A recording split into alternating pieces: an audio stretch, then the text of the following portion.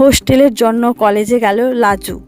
চ্যাটার্জি বাড়িতে এসে লাজুর বিশ্বাস ভাঙবে কমলা সুন্দরী। কোণে দেখা আলো সিরিয়ালের আগামী পর্বে দেখতে পাবেন লাজু কলেজে গিয়ে ম্যাডামদের কাছে রিকোয়েস্ট করে হোস্টেলের রুম ঠিক করে দিতে, কিন্তু ম্যাডামরা নিরুপায় হয়ে কিছুই শিওর করতে পারে না।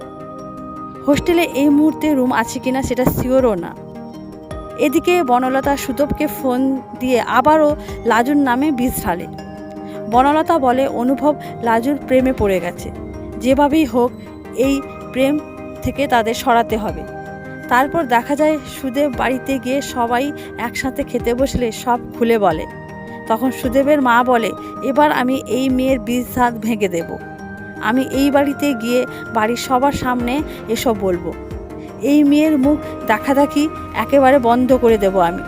না হলে আমার নাম ও কমলা সুন্দরী না, তাহলে আমার নাম ও কমলা সুন্দরী না। পরবর্তীতে কি হবে তা জানতে হলে দেখতে থাকুন কোণে দেখা আলো।